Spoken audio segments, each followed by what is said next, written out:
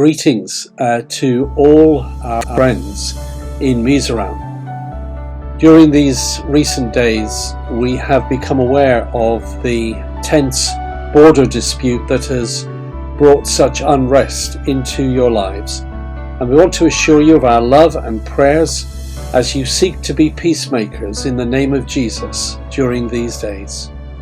We are well aware that it can be so difficult to find reconciliation in these situations, but our prayer is that indeed will be your aim and that will be the outcome of these difficult days.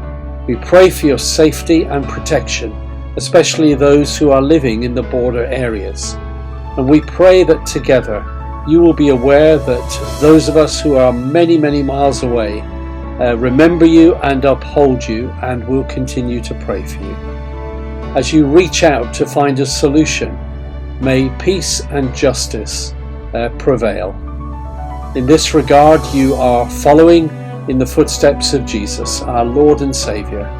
Let us seek to find a way of peace, to avoid the loss of life and injury, and to find a way of living together in peace as neighbours.